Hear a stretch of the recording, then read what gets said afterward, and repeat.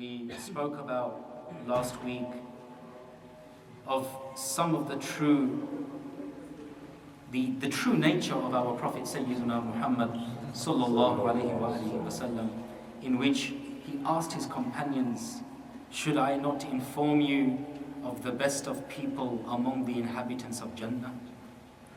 And the companions replied, "Ajal ya Rasulullah, indeed, please tell us who are the best of the people of Jannah." He said, "The best people of Jannah are those who were the best in character in the dunya." Character. And he also advised Mu'adh bin Jabal radiyallahu ta'ala an, just before he sent him to Yemen to deal with the people of Yemen. He said to Mu'adh, tapping him on the shoulder, and in some narrations he placed his blessed hand upon the chest of Mu'adh bin Jabal radiyallahu ta'ala, and he said, "Tasilu man qata'ak." Like a policy, adopt this policy and you can never go wrong. He said, "Tasilu man qata'ak." Go to those people who cut you off. Those people who don't speak to you, you go and speak to them. When I say those people who don't speak to you, they know you, but out of malice, out of selfish envy, they stay away from you. They don't want to be seen around you. But go to those people, visit those people. And wallahi al-azim, this is what the true state of someone who truly knows Allah subhanahu wa ta'ala. The person who truly knows Allah subhanahu wa ta'ala, he will go and befriend his enemies. تَصِلُ مَنْ قَطَعَكَ. Go to those people who cut you off. وَتُعْطِي مَنْ حَرِمَكَ. And those people who don't give to you, give to them. You don't have to wait for someone to give you something, then you give them something back. If your birthday is on such and such day, someone gives you a gift, you say, "Oh, I've got to give him a gift."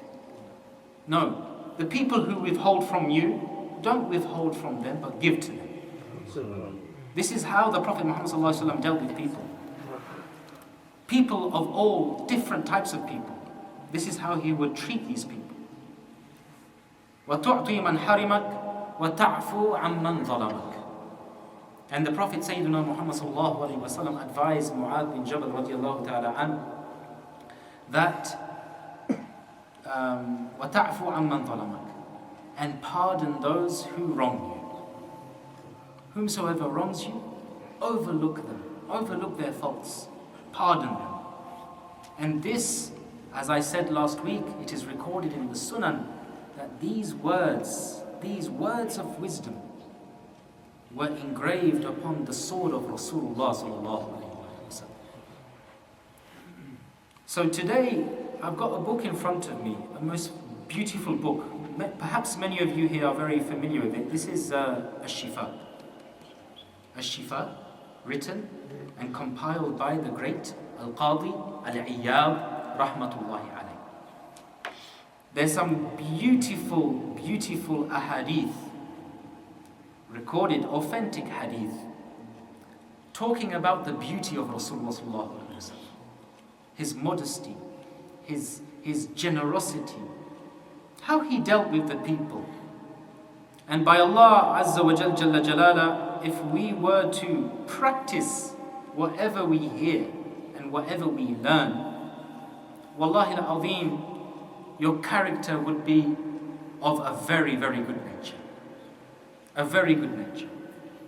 For we said last week also that a certain companion went to see Aisha behind the hijab, radiallahu ta'ala anha. And he said, "Ya Aisha, tell me about the character of the Prophet Muhammad sallallahu alaihi wasallam." And Aisha replied, the Prophet Muhammad replied this companion and said, "Have you not read the Quran?" And the companion said, "Yes, I have." Aisha radiallahu ta'ala anha said that Sayyidina Muhammad sallallahu alayhi wa alihi wa sallam acted by the Quran. It was through the Quran that the character, through the mercy of Allah subhanahu wa ta'ala, that Sayyidina Muhammad sallallahu alayhi wa sallam was of a magnanimous character. إِنَّكَ لَعَلَى خُلُقٍ عَظِيمٍ, as Allah also says in the Quran. So here, today we're going to be talking about the good companionship, the husn ishrati, the good companionship of Rasulullah sallallahu alayhi wa sallam, his manners, his good nature, and his modesty, especially modesty. We continue, وَأَمَّا الْحَيَاءُ وَالْإِعْضَاءُ, and as for modesty and the lowering of the gaze, for this was a practice of the Prophet Muhammad sallallahu alaihi wasallam. Modesty. فَالْحَيَاءُ رِقَّةٌ تَعْتَرِي وَجْهَ الْإِنسَانِ عِنْدَ فِعْلِ مَا يُتَوَقَّعُ كَرَاهِيَتُهُ. It's saying here that the quality, the modesty is of the finest quality an insan can possess. To be shy, to be bashful, to be shy. تَعْتَرِي وَجْهَ الْإِنسَانِ, it makes the face of an individual turn away when something he dislikes happens. We spoke about it in Jummahs also, if some of you can remember, that we must always try our best to adopt modesty in every aspect of our life. The modesty in what we look at, modesty in what we watch, modesty in what we say, modesty in the places we go to visit, modesty in the friends that we choose. I spoke about this not long ago in Jama'ah. Modesty in what we hear, being shy, shunning away from everything that is bad. And this was the practice of our Prophet Sayyidina Muhammad sallallahu alayhi wa sallam. This is modesty. وَالْإِعْضَاءُ, and the lowering of the gaze. التَّغَافُلُ عَمَّا يَكْرَهُ الْإِنسَانُ بِطَبِيعَتِهِ. What is أعضاء? A'dha is to restrain the glance from what men naturally find displeasing, from what men naturally find disagreeable, i.e. the uncovering of the awra, the exposing of the awra, obscenity, nudity that we see prevalent in our societies today. This is what we call a'dha, the lowering of the gaze. We're going to be talking about this. وَكَانَ النَّبِيُّ صَلَّى اللَّهُ عَلَيْهِ وَسَلَّمْ, hadith number 1, أَشَدَّ النَّاسِ حَيَاءً, he was the most modest of all people. He was the most modest of all people. He was the most shy of all people. And he was the most bashful of all people. وَأَكْثَرُهُمْ عَنِ الْأَوْرَاتِ إِعْضَاءً, and Sayyiduna Muhammad sallallahu alayhi wa sallam, he was most assiduous. He was the most assiduous in restraining his eyes from upon the aura of other people. It is reported in the seerah that once our Prophet Sayyidina Muhammad sallallahu alaihi wasallam was camping with his companions, and he was trying to, he was sorting something out, his clothes, his cloth that he would wear, his thawb. And his thawb raised a little, exposing just a little bit of his blessed skin Mubarak just above his ankle. As soon as he saw that, he hurriedly put his thawb back down, and he was trembling in fear and sweating, trembling in fear out of the fear of Allah subhanahu wa ta'ala. Sayyiduna Muhammad sallallahu alayhi wa sallam, Allah says about him in the Quran, Surah Al-Ahzab, ayah number 53. إِنَّ ذَلِكُمْ كَانَ يُؤْذِي النَّبِيَّ فَيَسْتَحْيِي مِنْكُمْ. Verily this annoys the beloved Prophet, and he is shy from each and every one of you. Why was this ayah revealed? Let me tell you. In the time of our Prophet Sayyidina Muhammad sallallahu alayhi wa sallam, Sayyidina Muhammad sallallahu alayhi wa sallam, he had rooms, each room for his wives. And upon a certain marriage, Sayyidina Muhammad sallallahu alaihi wasallam, he got married, there was a big walima. Sayyidina Muhammad sallallahu alaihi wasallam invited his companions to eat in his house, where his wives were behind the hijab. And some of the companions, upon finishing their meal, they would leave. But there were about 3 or 4 companions still taking their time and eating and talking and asking the Prophet Muhammad ﷺ questions. To this, the Prophet Muhammad ﷺ, he got up and he was doing something else. But the companions, they were still there. 3 or 4 of them, they were still there and they were still conversing. They were still talking. They didn't want to leave. They say Junayd Baghdadi rahimahullah, he has said about a guest, the adab of a guest. We all have guests, alhamdulillah. But sometimes you have guests that they don't know when to leave. Yeah? You've invited some guests and all of a sudden you've given them their chai, you've given them their niyaz and everything, and their cookies and Maryland cookies, whatnot. Yeah? And they're still there talking. They're still looking at you, looking around, and you're looking at your watch all the time. You're trying to gesture to him, you know, mate, it's about time you go. Yeah? But he doesn't want any of it. He's still there. I think he wants some more biscuits. And Junayd Baghdadi said the best guest, the best among the duyuf, among the guests, is he who knows when to leave. But these companions, Ridwanullahi ta'ala alayhim ajma'in, may Allah be pleased with them, because they wanted to be in the company of the Prophet Muhammad sallallahu alaihi wasallam, they still remained there. They didn't want to leave. And this annoyed the Prophet of Allah. يُؤْذِي النَّبِي إِنَّهُ إِنَّ ذَلِكُمْ كَانَ يُؤْذِي النَّبِي. This annoyed the Prophet. But the Prophet Muhammad sallallahu alaihi wasallam, because he was so shy, he didn't want to upset his companions. He didn't want to upset those people. So he kept on walking by and looking at them, but they'll still be talking. And he walked up and down and they would still be talking. So here Allah subhanahu wa ta'ala tells the people, فَيَسْتَحْيِي مِنْكُمْ. But he was shy to tell you to go. But what does Allah say? وَاللَّهُ لَا يَسْتَحْيِي مِنَ الْحَقِّ. But Allah is not shy from telling you the truth. His beloved Prophet is shy, but Allah is not shy from telling you the truth. So here we see the character of the Prophet Muhammad sallallahu alaihi wasallam. He never ever said to anyone something which that person would dislike. We're going to be continuing. There's some beautiful hadith about the modesty of our Prophet, Sayyiduna Muhammad sallallahu alaihi wasallam. An Abi Sa'id al-Khudri radiyallahu ta'ala an, on the authority of Abu Sa'id al-Khudri, famous Sahabi, radiyallahu ta'ala anhu. كان رسول الله صلى الله عليه وسلم أشد حياء من العذراء في خدرها. Allahu Akbar. Abu Sa'id al-Khudri, radiyallahu ta'ala anhu, he said that the Prophet of Allah, he was the most modest of all men. He was more modest than a female servant, a maid in her chamber, a virgin maid in her chamber. He was more modest than the likes of her.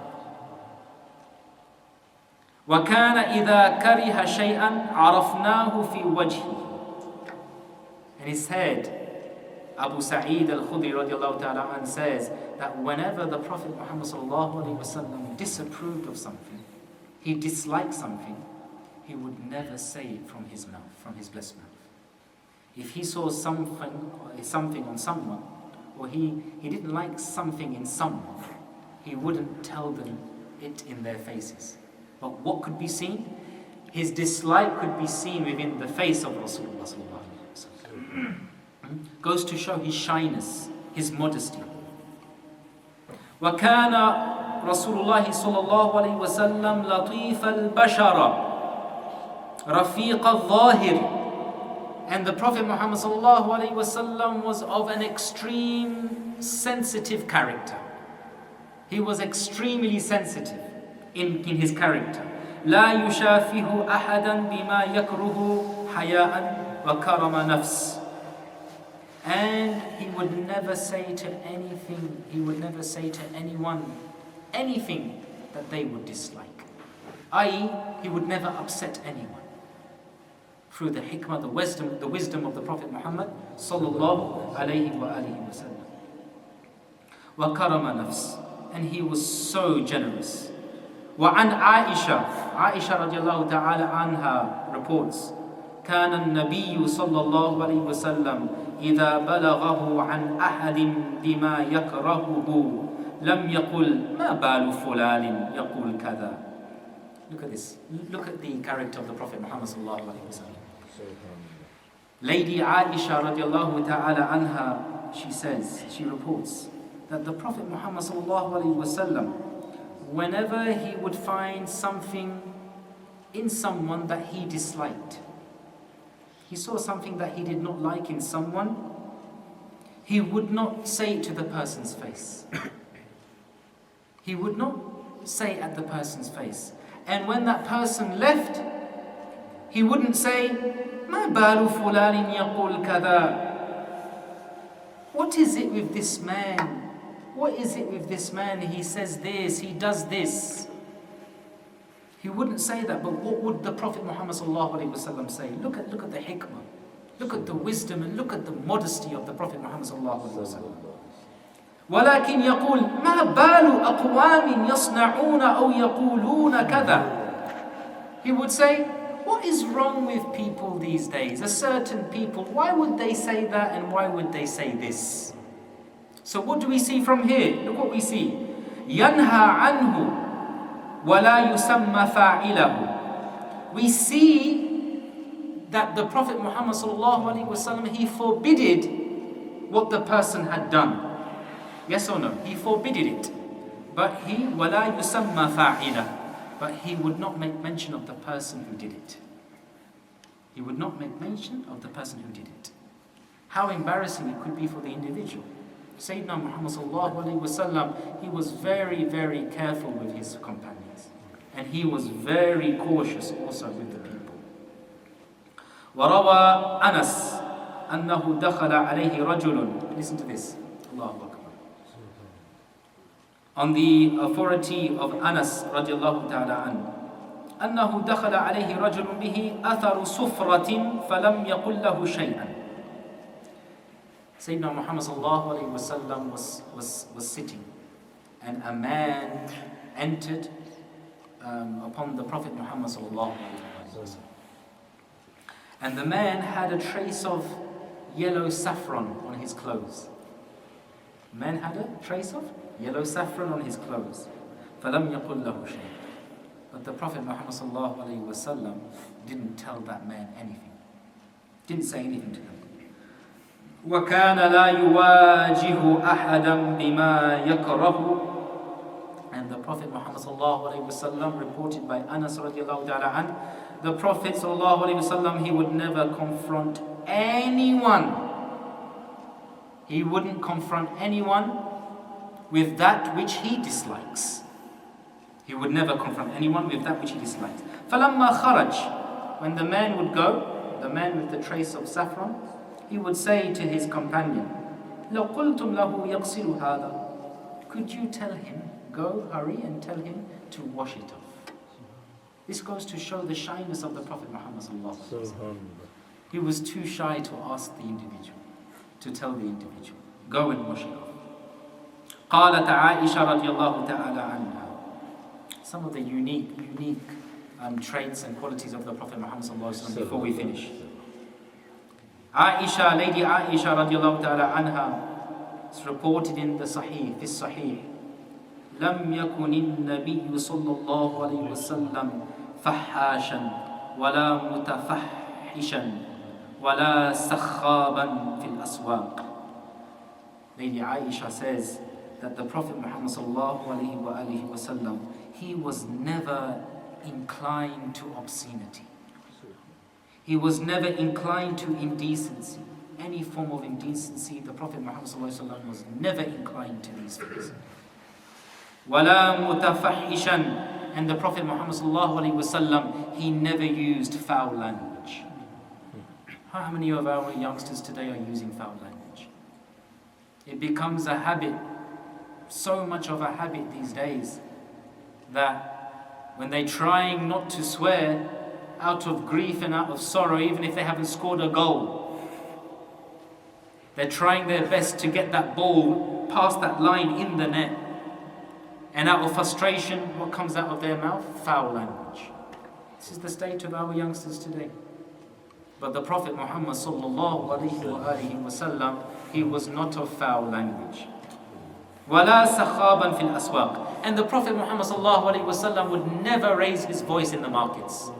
He would never raise his voice in the markets. Nowadays you say, hey, Ahmed Bhai! Is that, he raised their voices. Sayyidina Muhammad sallallahu alaihi wasallam was too shy to raise his voice. Look at the haya of the Prophet Muhammad sallallahu alaihi wasallam. وَلَا يَجْزِي. Now this is very important, I finish it. وَلَا يَجْزِي السَّيِّئَةِ وَلَا يَجْزِي السَّيِّئَةِ السَّيِّئَةَ. And he would never repay, he would never pay back evil with evil. He would never pay back evil with evil. If someone had done something bad to him, would he pay them back with something double as evil? Sayyidina Muhammad sallallahu alayhi wasallam, he never paid back evil with evil, but he always paid back evil with good. With good, to be a model for the people.